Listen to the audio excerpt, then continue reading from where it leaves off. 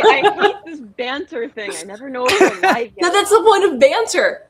It's just not like so- you get the countdown, and you get 3, 2, 1, and then Kyle's just in charge of switching 3, 2, it over. 1, and then you freeze. After I say something embarrassing that I need to clarify, and all of a sudden he just switches over. It's true. I'm also a big fan of doing the outro right in the middle of. Well, it's really the only time that you can get the last word. That's not quite true, but I'll accept it. Why is your hair wet? I was gonna ask the same thing. Why is I'm like, Amanda is it knows whether for a fact. did he just gel it like going back to No, the I took- 90s Your gel look? I took a shower. Okay. Oh. I can keep I took a. straight all the random hygiene things you do on Thursdays. Amanda and I were talking, and I was like, let me let you go for right now so I can get a shower. And then Amanda asked me promptly, why is your hair wet? Because of the shower that I told you I was taking. Once again, goes to prove that she's not. Do you inform her every time you're taking a shower? He does. Oh, he tries to. He tries to. Like, So he will just text to, me, like- I'm in the shower. If I don't So tell you hold Amanda him everything accountable before I and do make it, sure then that I get he's hurt. showering regularly. That's how it works. So, are we good for an intro? Is everybody good? Everybody in the intro? audience good? Everyone Let's happy? go. Let's do it. Happy Yeah, very, very times? happy. Roll the Yes. intro? Okay, great. Yes.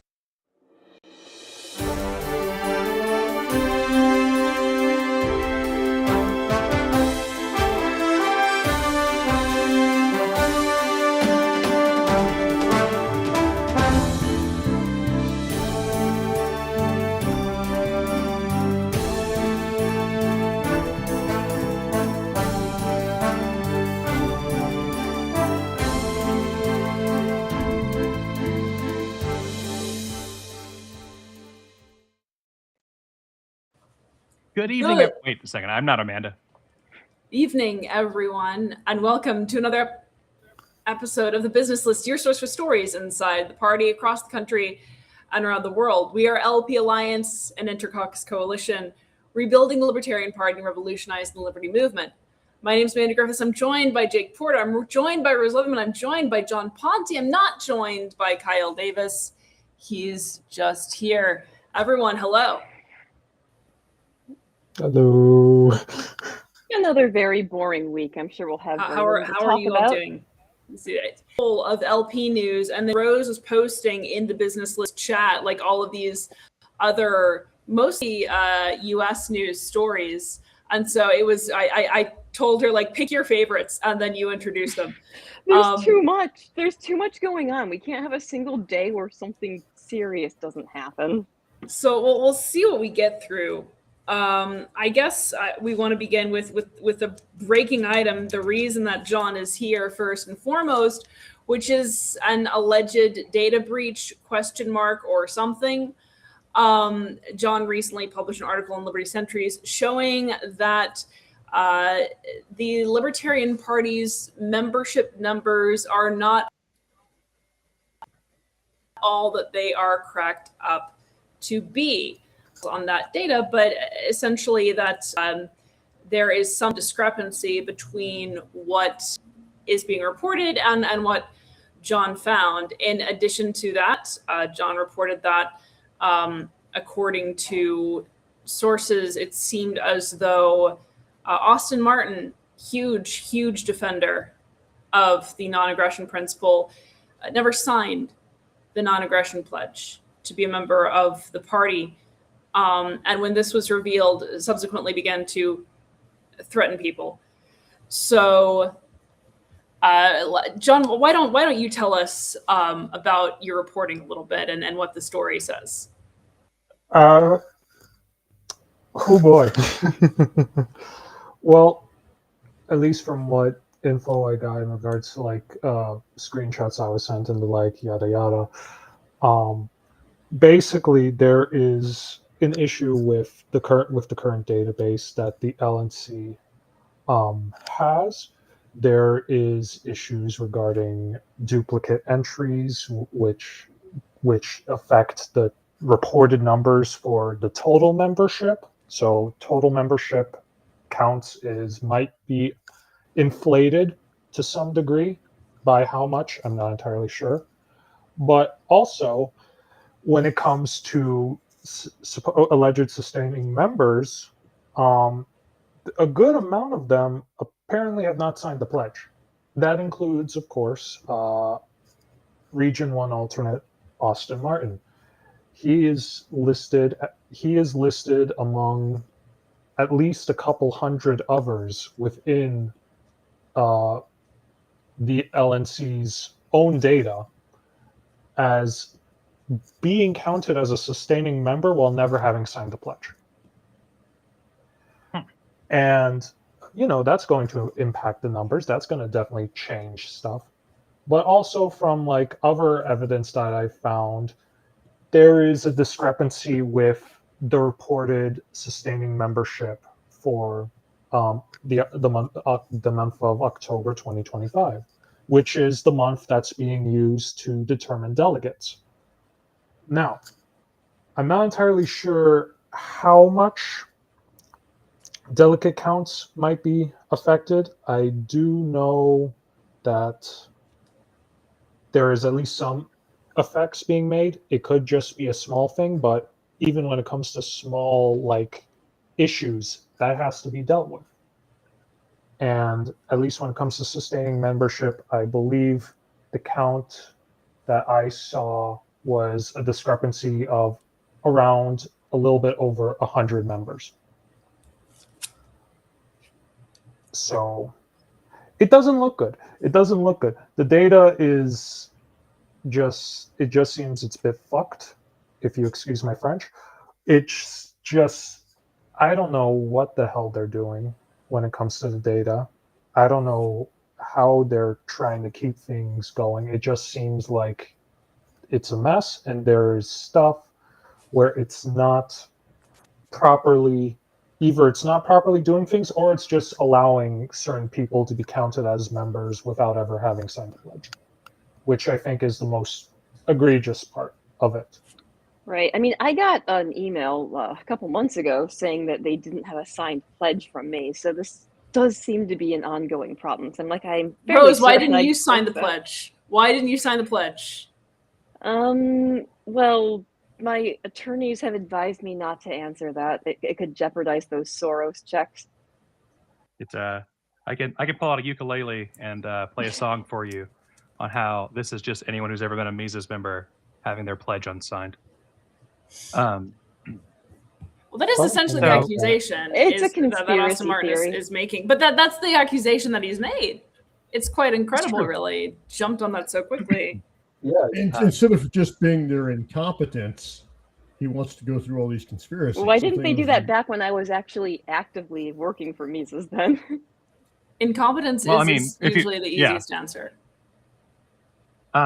So after John's report came out, Andy Vukovic did release a statement today that came out on the public list. I'm just going to skim through it and kind of hit the highlights here. Our recent blog post has raised questions about membership data in our CRM system, specifically regarding duplicate contact records and pledge acknowledgement fields. These topics relate to known legacy data quality issues that have been repeatedly disclosed to affiliates, stakeholders, and the board over the last year, which Karen Ann Harlos promptly pointed out on her X after seeing this, that she's not aware of these things, and so it at least wasn't revealed to the previous secretary. So that's already a problem. As for duplicate contact records, they exist in the CRM primarily due to legacy system migrations, historical imports, and limitations in earlier matching processes. This has been a known and openly communicated issue. Stakeholders and affiliates have been repeatedly informed that 1, duplicate records can occur in legacy-derived systems. 2, affiliates receive regular reports of their membership data and can identify and report duplicates. That's not really true either. They send you a CSV every Friday about what's changed. Not really the thing that's been promised there. Specific duplicate cases are corrected as they are identified.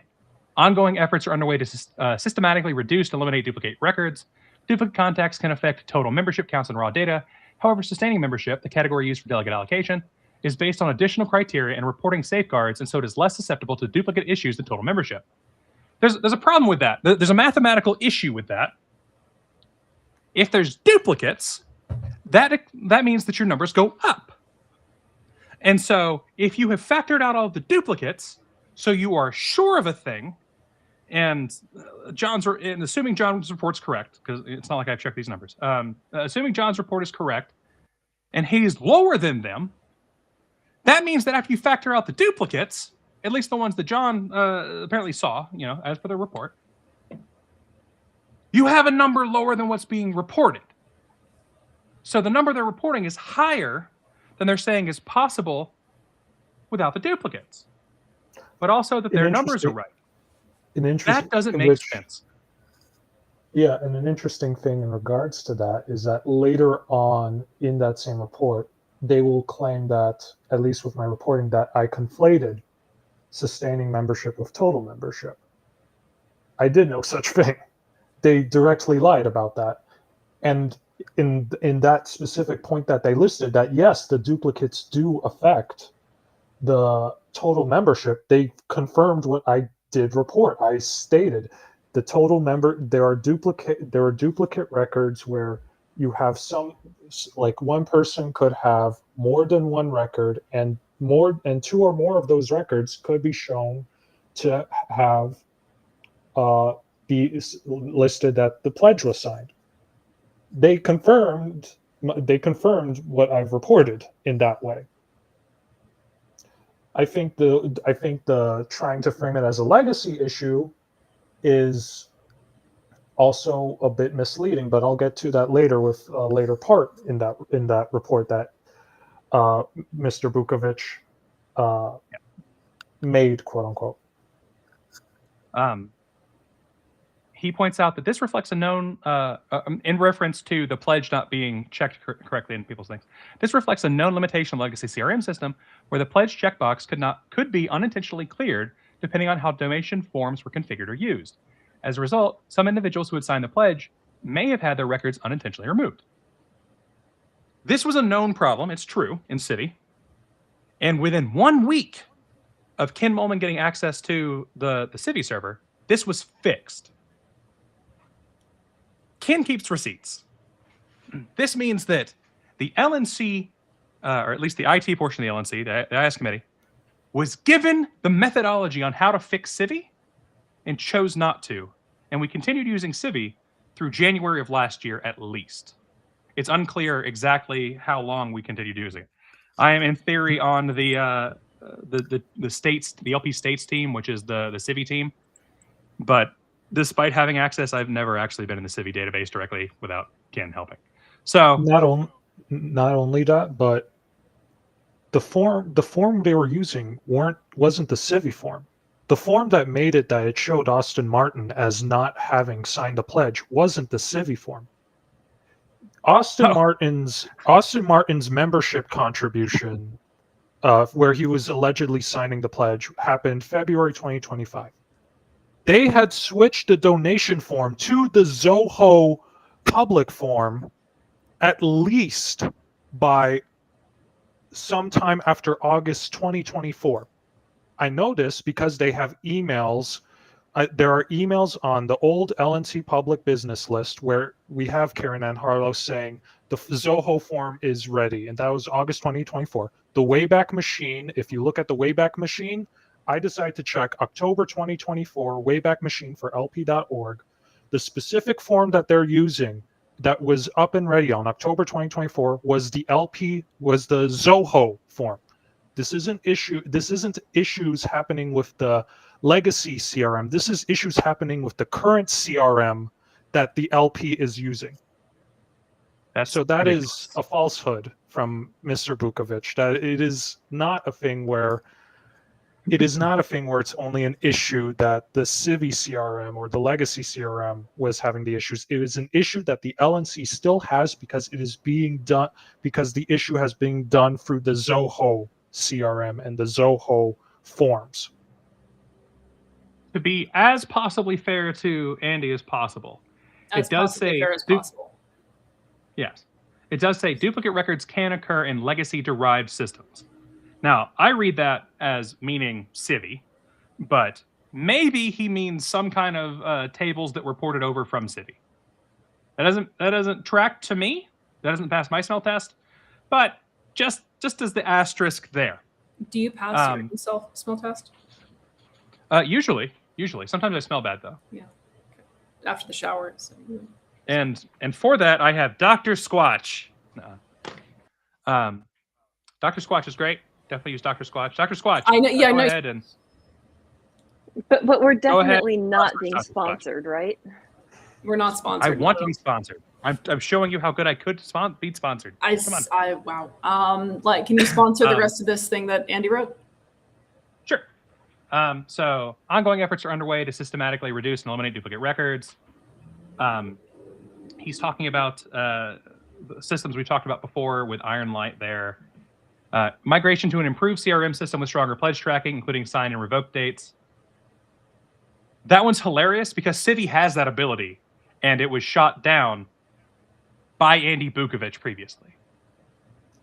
And at least from what I know, because I also have emails from Evan McMahon and emails from Hannah Kennedy. The current Zoho system, they don't know, they cannot differentiate when a pledge was signed from when a donation was made, and it does not appear that they have, at least when it comes to pledges, it's a thing where they'll have maybe a sustaining membership expiration, but it doesn't really say anything in regards to, I guess, what is a pledge like expiration per se.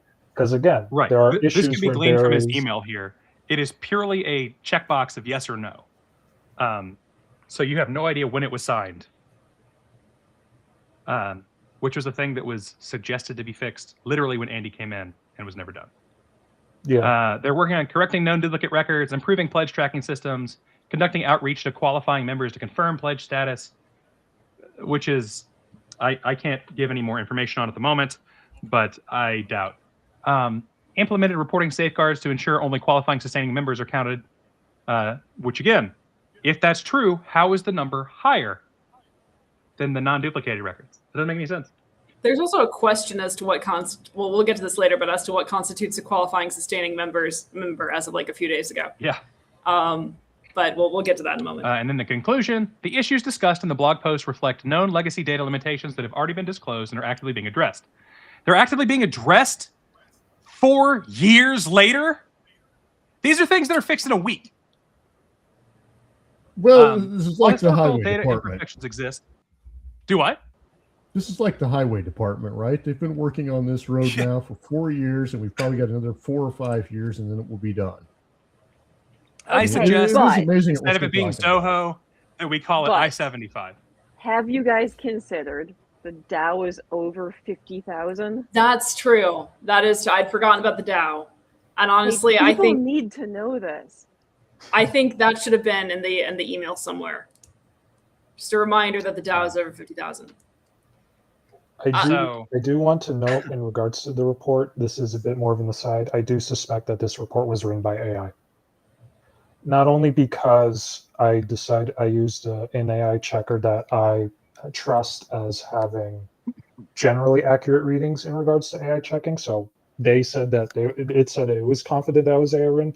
But also I learned from the former secretary, Karen Ann Harlos, that Andrew Bukovic routinely uses AI.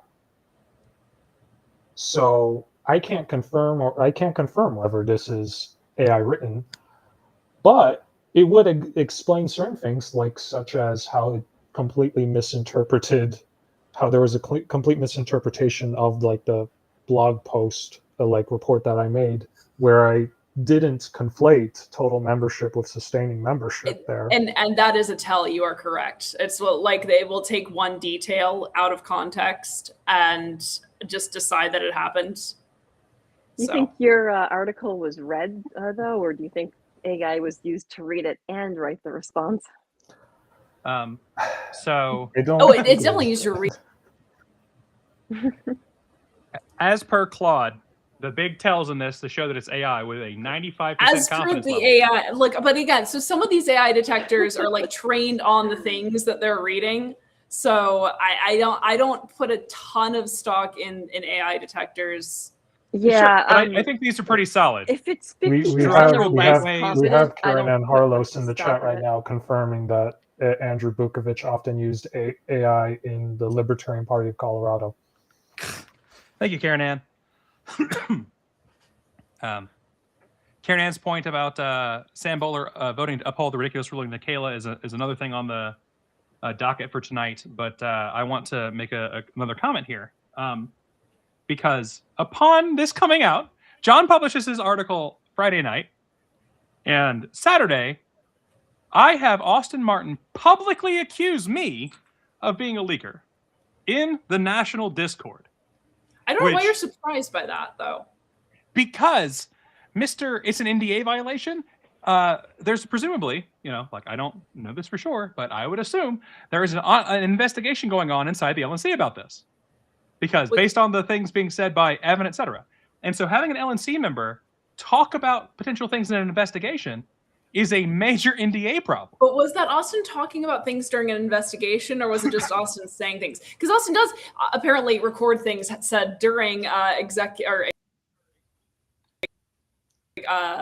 session and online. So he could have just, I don't know why he went another route. Well, he clearly he wouldn't just say things though.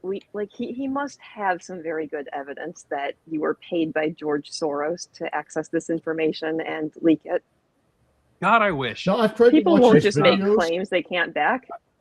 I think I've tried to watch his I videos and read his stuff. He doesn't know what he's talking about. It's just rambling. You could go out to a mental facility and get the same response from people. It's sad.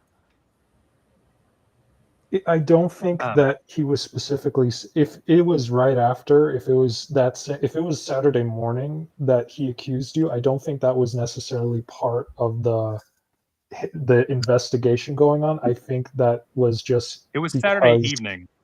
Oh, it was Saturday evening. Because this people in the Saturday morning Molotov cocktail hour can confirm that I left during the cocktail hour because of Austin.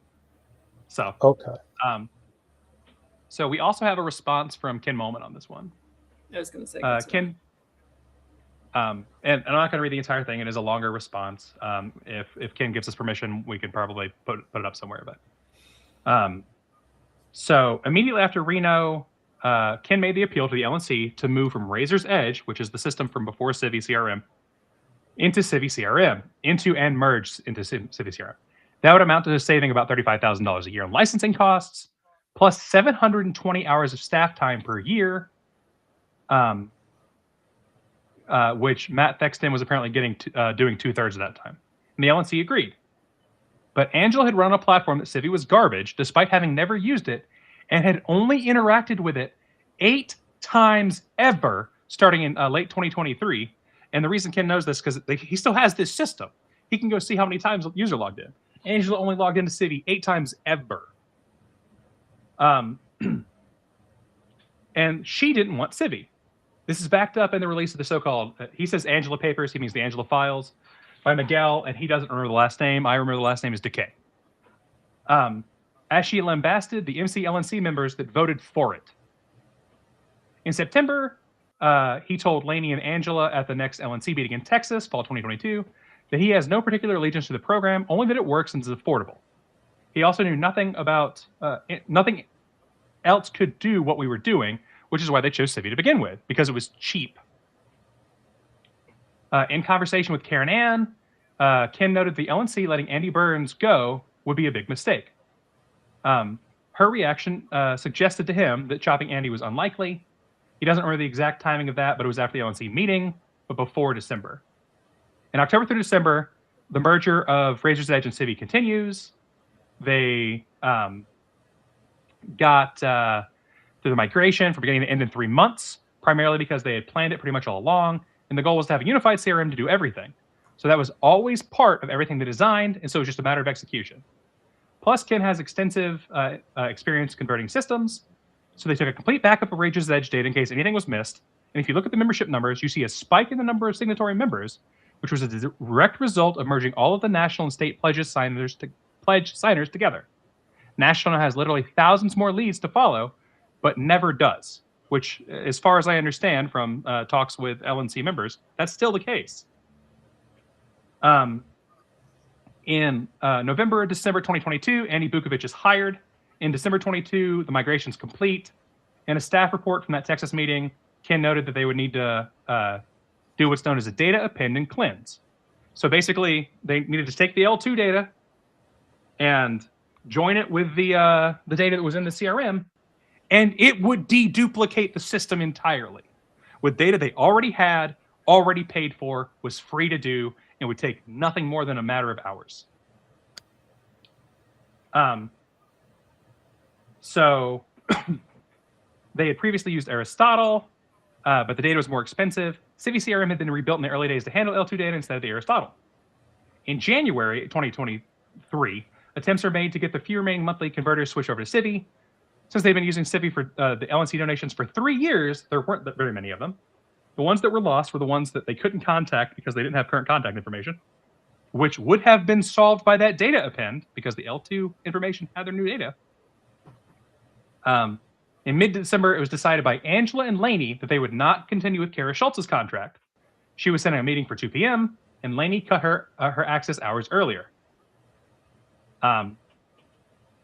Apollo Pizzell told Angela that Kara Schultz told him that Andy Burns said to back up your files, and there's been no corroboration they told her that, but Andy still denies he told anyone anything to this day, when he literally doesn't care anymore, isn't a party member, and isn't even a registered libertarian.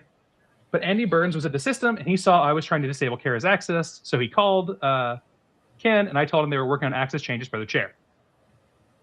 On a call with Angela, Lainey, and Ken discussing the situation, Lainey said, "This is moving along better than we'd hoped," and suggesting that they had planned to axe Andy Burns anyway. Angela and Lainey had a 2-on-2 meeting with Andy Burns, where they accused him of telling Kara she was being let go a couple hours before she actually was. Andy denied it. They didn't care. They directed Andy to make documentation of the system. Andy is a contractor, and as such legally, he can't legally be given such specific instructions. He also had a mutual 7-day termination clause in his contract from the previous LNC.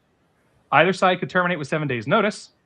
Ken always believes that it was because a certain member of the LNC wanted to dump money into the Frontier project, not the CRM, but he has no evidence of that. That's just his gut feeling.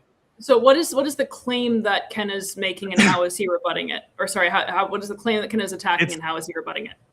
It is almost there. I'm sorry. If it wasn't, I haven't the words prior. Okay, go on. After being accused of acting unethically, Andy considered exercising his 7-day. Ken and others begged him not to. In late December, he decided to. And as of January 2023, the CRM had no administrator. Some people thought Ken could run Civi, but he could not. He didn't know how to work with Civi. And Ken was a volunteer. He got money, but he was a small-time moneymaker. And he had to do his actual job while the LNC had paid Bukovic to do this. He tried to work within the system and tried to keep it going. Angela routinely blamed Civi for the continued decline in membership and donations, which, as someone in LP Georgia, that's a thing that's been done by a certain group of people very many times. In October, after all the Civi blaming, Ken offered to buy it from National and offered to export all the data wherever they wanted to go. Angela replied with, "We'll take this under advisement," and then it never happened. That was November 2023. Angela decides to get Aristotle instead of L2. Civi needs to be retrofitted to handle it. Bukovic says he'll make Civi work for Aristotle. Never happened. Data's never imported. Contact merges never happened, so we lose all that data with the contacts. Okay, so what is the claim that Ken is attacking, and how is he attacking it? He is saying that the claims that are duplicates is bullshit on its face, too. Because they had the fix for all of that in 2023. It was documented to Andy, and Andy chose not to do it on Angela's push. Okay. That is Ken's statement. And throughout 2024, National works to implement Zoho, and they claim that they're. I think we got it. I don't think so. So, are there more claims that he rebuts? Yes. Okay. There were plans for states to piggyback on their own civies, and then states were told they'd be on their own. We've reported on that one before, and that one's a problem because there's basically now a disconnect between national data and state data. And this has been repeatedly blocked from getting fixed by, again, Andy Bukovic. Ken got control of the databases in October, and all of the things that needed to be fixed about Civi are fixed. So, we're talking 6 months and everything was fixed, and the entire IS committee with Andy Vukovic, who was getting paid to fix it, couldn't fix it in years. This is bullshit. This is very clear where the problem lies.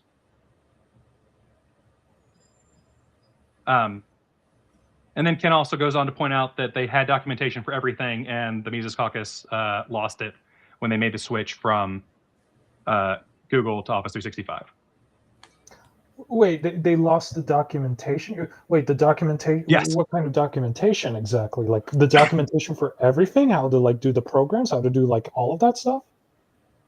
For a lot of it, yes. A lot of things were backed up in Google Drive, and when they swapped out of Google, they stopped paying for Google. They lost access to those things. They changed the users in Google, which then locked all of the old files, and they couldn't open them. You gotta be shitting. And so all the documentation that was there for the entire IT system was lost to National because of incompetence from the chair and the staff that she put into place. Yes, Karen, excellent summation. Excellent summation. Ken is alleging incompetence and foot dragging. I agree. Stay tuned for it. Well, Kyle's dramatic reading of Ken Woolman's dramatic recopying of the internet is, I think, what we're going to have to do next on this program. So thank you for that, Kyle. So the TLDR, this is a giant clusterfuck. Yeah. Well, I think TLDR, we actually did get a good summary in there somewhere through and then continued, which is that they had the opportunity to fix the potential problem with the duplicates and did not heed that opportunity several more times over. So they know they basically they have, at least from what it seems like, they know about all of this. They know about this is the upset, right? And I think you nailed it, is that there has been an exposure of incompetence and kind of trying to cut corners to the extent that well before this, there were knowledge problems, knowledge gaps, and compromises of member data. And when all of then the anger is on the fact that it's been revealed and not on what in fact has been revealed. So yes, it seems that this is deflection. They've known about this for a while. Which funny thing about that? Oh, I'm sorry. You go, Kyle. I'm sorry. Amanda wishes that Kyle would never go. I wish John would go. I really do. I'm not sure how long this is going to take. I was going to say, Kyle said a lot of words. Meredith asks, so who's going to admit to leaking membership data, and then why did Ponte publish it? So are you going to reveal your source, John? You're going to tell us who gave you stuff? It was Meredith. No. I think what we're why would I do that? Why would I reveal? That's like asking a fireman to start a fire. That's like asking that's like asking a policeman to abet in the crime. Which, to be honest, a policeman would ICE is definitely doing that. So. You don't ask a journalist for a source. That's a violation. That's a violation of what it means for a journalist to be a journalist. It's a violation of the whole ethics of a journalist. You don't reveal a source. If you want to know why I publish it, it's because this kind of shit with the whole bullshit where it's where there are issues with the data, where there's issues that have not been dealt with by the party, which at least from what we are hearing now has been ignored by leadership. And has not been dealing with. Now we have of course a region alternate, Austin Martin. He made a statement stating that asking specifically for me to reveal a source in order to help them with damage control. Them being the LNC. They are. So I published what I did publish, which was not individual membership data. I can't really do that. That would be unethical in its entirety. I published some aggregate details that did not reveal any personal information. That's what I did. So I'm not going to tell who the sources is. The reason why I published what I did publish, which was aggregate information that did not reveal any personal data, such as what could be like phone numbers, that kind of stuff. I didn't reveal that. I only revealed what I did reveal because the LNC needs to be held accountable. It needs to be held accountable to the kind of incompetence it's doing. It needs to be held accountable to the kind of bullfuckery that it's allowing to be perpetrated under their noses. And like, what was it? We had of course a region alternate, like, oh no, Meredith. Oh, it was on. No, I didn't publish any specific personal data, Meredith. Sorry, I guess I misunderstood what you meant in regards to that. No. I don't know who told you that individuals' data was disclosed. I think the only kind of individual data that would be considered disclosed was just Austin Martin's, and that's the only piece of data that was disclosed, was that he didn't sign the pledge according to the data. That's the I was only gonna say. kind- Yeah, that He's gonna insist that you're targeting him specifically now, but yeah, it was only the thing about the pledge as far as I know. And the question I would have Sorry, with I've seen Austin it. Martin.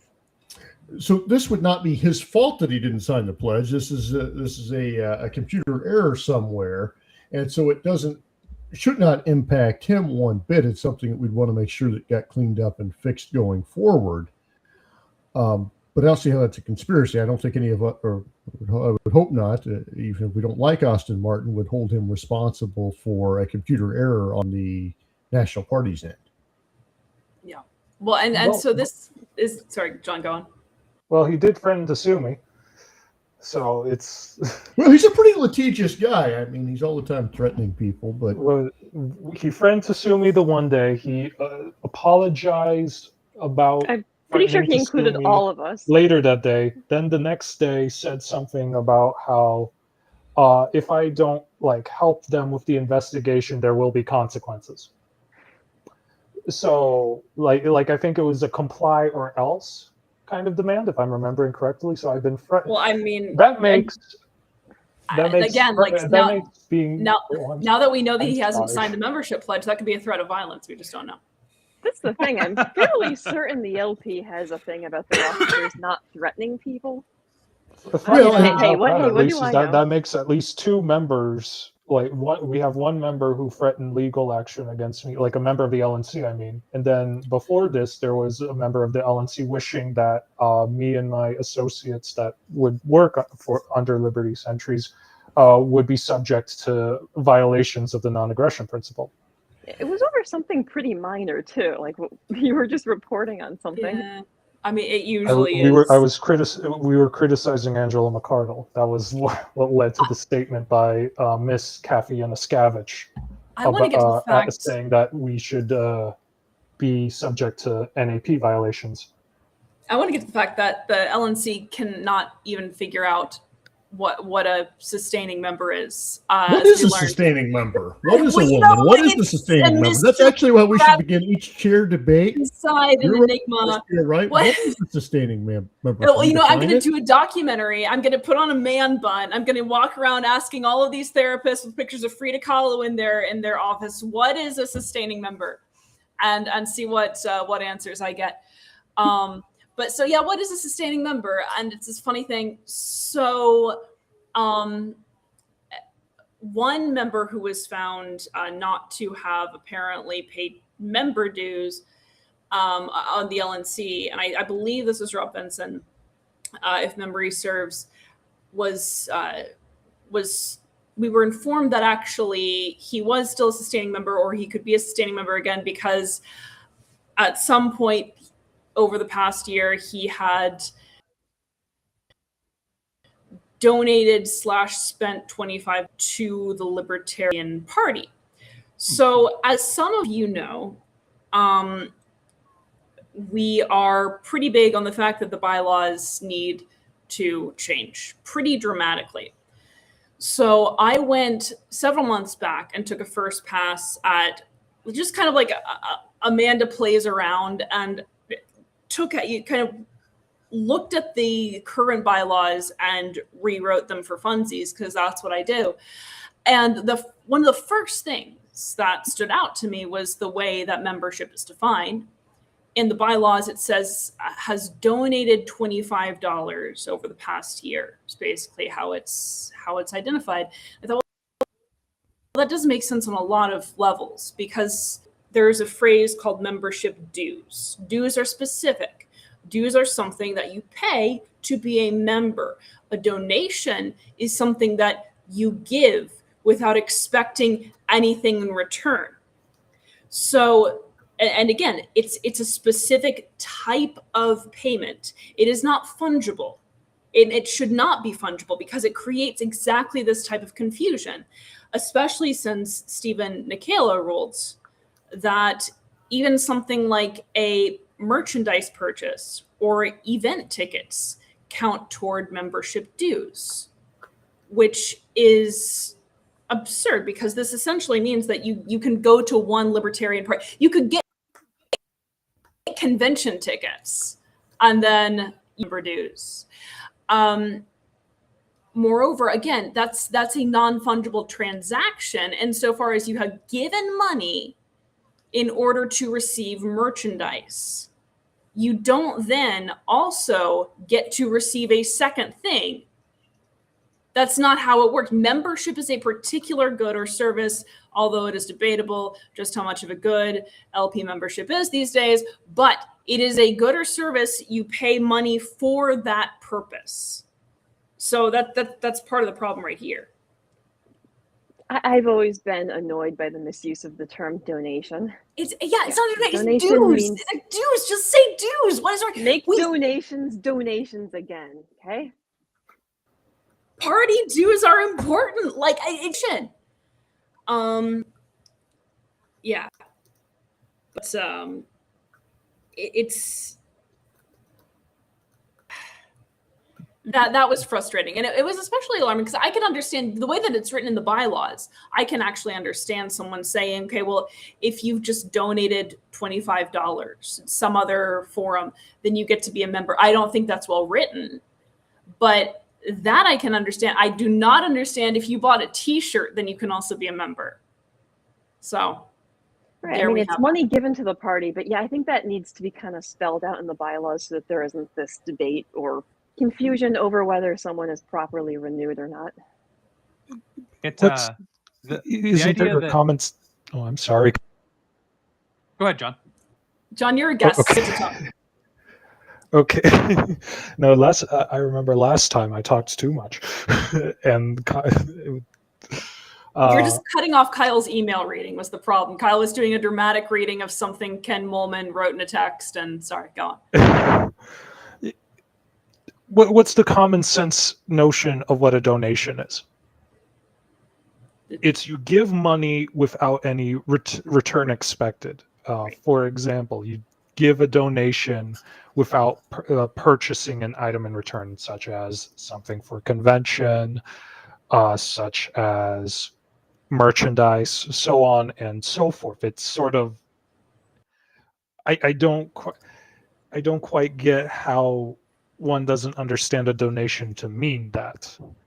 And maybe I'm just not legal brained enough, maybe because we're dealing with issues of law, that there's some hermeneutical hunky-dory kind of baloney happening with what we determine a donation to be. But at least if you talk to an average man or woman or person or whoever on the street, if you ask your fucking dog about what a donation is, they'll probably say woof, but they'd know that a donation means like you're giving something without expecting something back in return. Like it's not a trade. You're not trading. You're giving without getting anything back.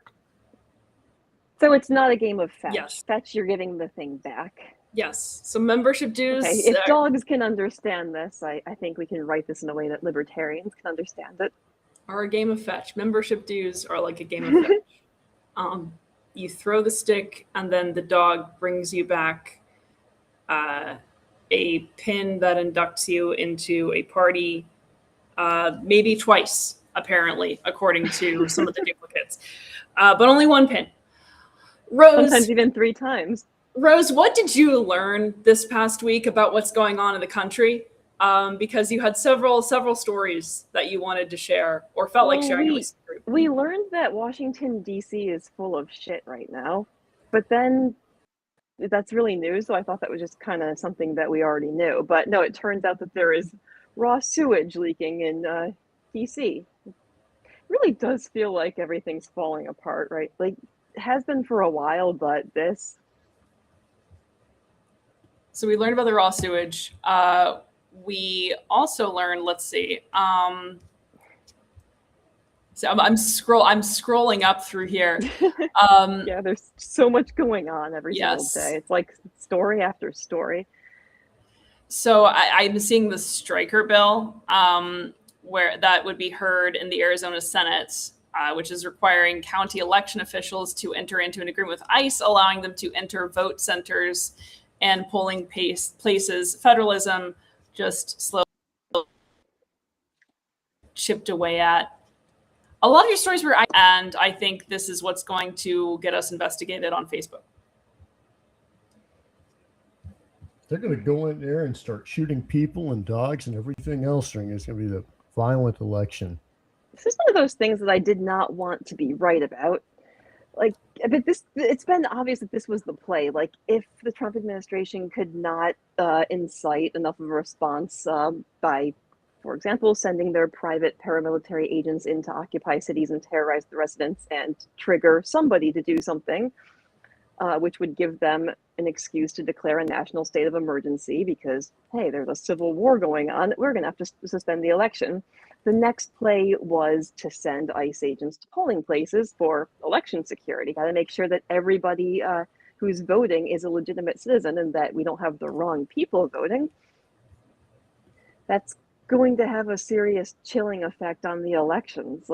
People are going to decide, you know, having seen, I mean, unless you've had your head completely buried in the sand, you've seen videos at this point of the performative cruelty, which is the entire point of why they're doing what they're doing. People are going to decide just not to go because there's going to be a chance that you show up to the polls, you get asked for ID, things escalate, you end up getting thrown to the ground and beaten up and possibly detained. You're going to end up with potentially people just being detained to check their citizenship status until conveniently the election, the polls have closed and they did not get a chance to vote. It's very transparent. And they'll know who those people are based on the social media companies have provided to them, that they can try to not be like they're unlikely to vote for Trump anyhow. Let's ask them a few questions. We'll walk in and they'll be like, oh, you're those people from that podcast that was criticizing us. We're going to have to see some ID. And yeah, it's going to take a little while for us to verify this. Yeah. Because I don't think they'll be that polite. I think it's going to have the opposite impact, though, of what they're trying for. Kind of like the redistricting they've tried, right, where they've tried to gerrymander even further, where the Democrats respond. And I think in this case, people are getting fed up with it, and I think it may have the exact opposite, where people do show up to vote out Trump. You know, there was a poll that came out, a couple of them that had. People asked Americans if Biden or Trump was a better president. 48% of Americans said Biden, 40% said Trump. That's actually an accomplishment. Yeah, to be lower. I say that every Biden, president, though. So I you know, his poll numbers are down, or his approval rating is down in some polls are down to 36%. So people are turning on him. The Epstein files are not going away.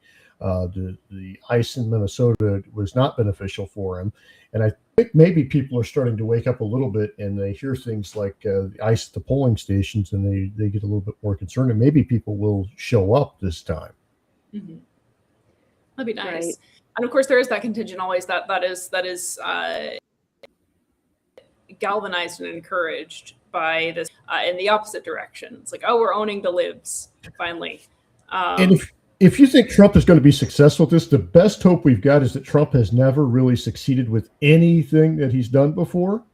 And he did win a couple of elections, but he's messed most everything up that he's ever touched. He's used to being able to fail upwards, though. Like, he's gone bankrupt how many times? And yet he's going to move from president to this chair of the peace thing that he started. Oh, and he's transferring a bunch of U.S. funds to his Board of Peace that he's the Yes, Board director of of, Peace, and yeah.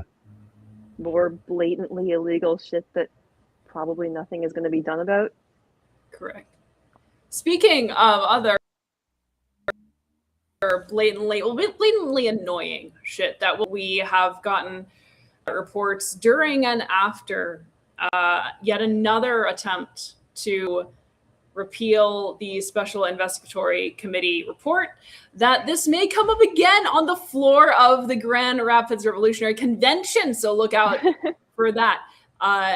Again, I would like, and this does not come originally from me, I think it was maybe Keith who said this first, Keith Thompson. I want to propose a counter resolution where the convention body endorses the SIC report. We talked about backlash and things having the opposite of the intended effect. I would like that very much. So the SIC report might just never go away. The next Well, that's great. I would love It's the tradition. entire body Maybe to I'll vote surprise that says that Angela McArdle embezzled money. I mean, isn't that what Yes. she wants? Isn't that what the Mises Caucus wants? Is they want to get up there and say, did we embezzle money? And the body says, yes, you did. They want to be remembered. They don't think this stuff a through. legacy. I mean, how many times have we voted? It's becoming an LNC meeting tradition. Right. I It think should on just it be by a this standing item, I think. Like they Just take vote roll on call, the they SIC vote on report. the SIC. Yeah. Just an icebreaker, an SIC. 50 years program. from now, people will have forgotten. They won't even know what they're voting on. It's just tradition by that point. Exactly. Like, and there'll be some kind of realignment in the Libertarian Party, and the people who were voting for it are now voting against the people who were voting against it. It's going to be amazing. At some point, One we'll add day, it to the platform. 75 years from now, it actually does get overturned. Yeah, you're right. It should be platform plank as well. Oh, we just put it Hector in there. Roos and Andrew Chatterton will be there 75 years from now. Just they'll be, and people will be like, "Oh yeah, we're tired of hearing this." You know, it won't be there 75 years from now. The Florida Mises Caucus. So Mises the Florida PAC, Mises yeah. Caucus has officially disbanded. And looking at the statement here. If they wouldn't have told us, I wouldn't have known. I don't know if anyone would have known had they not said. I didn't even know they were still around. And they released a statement essentially saying that they wanted to secede from the national organization and rebrand as Liberty Advances, which is of course the name of Javier Milei's party, only in English and not as sexy. Now the state party didn't like that. Florida Mises PAC apparently did not like it as much, and so the idea to secede from LP National was defeated, along with the Florida Mises PAC. But again, at least cards on the table, right? Like at least there's the admission that this is the idea, this is the plan, is don't be part of a political party, be a PAC. And I actually think that's fine. That's what Mises should have been doing from the get-go, because that was clearly where their ambitions were.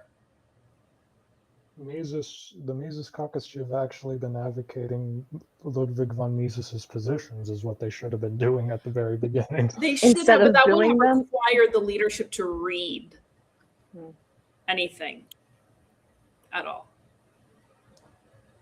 How many people have read all the way through Human Action?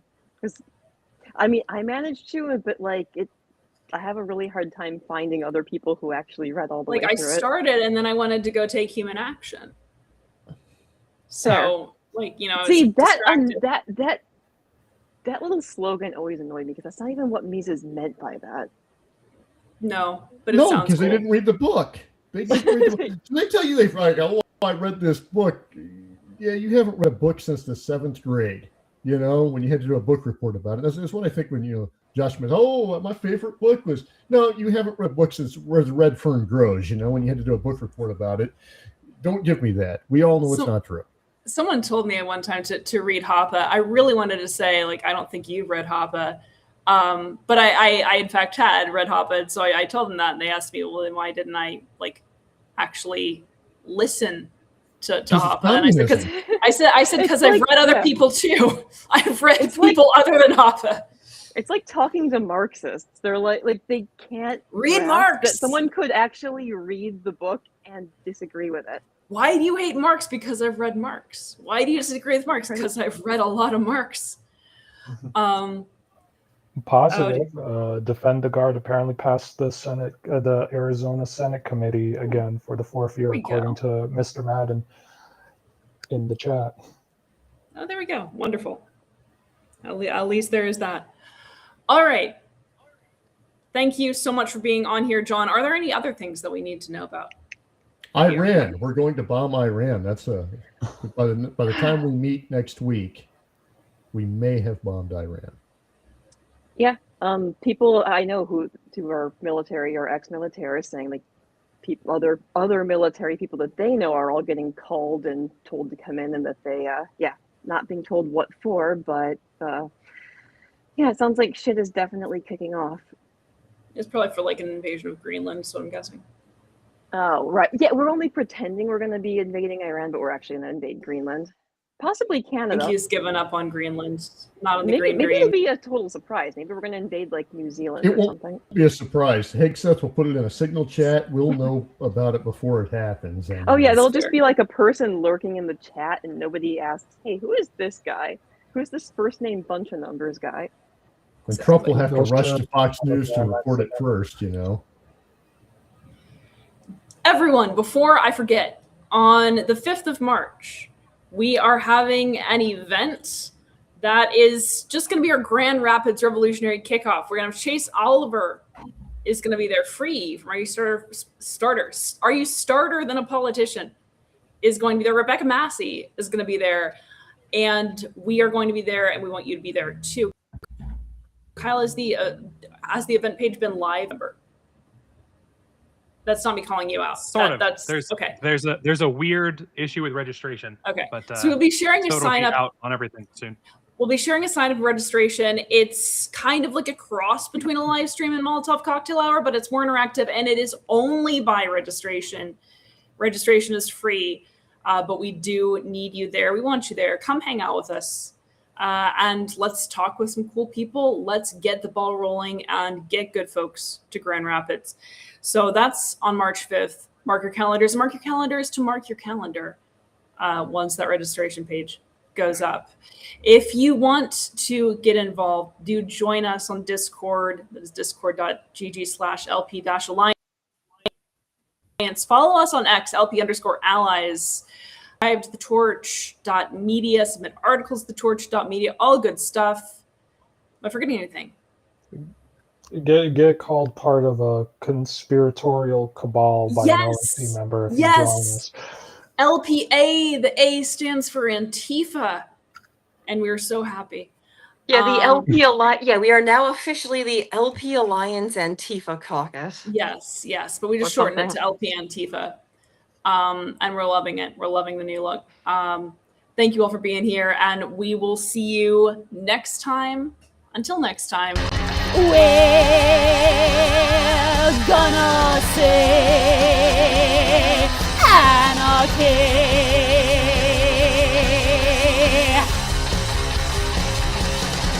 And we're gonna say anarchy. Full transparency. Now I wanna see anarchists on the business list.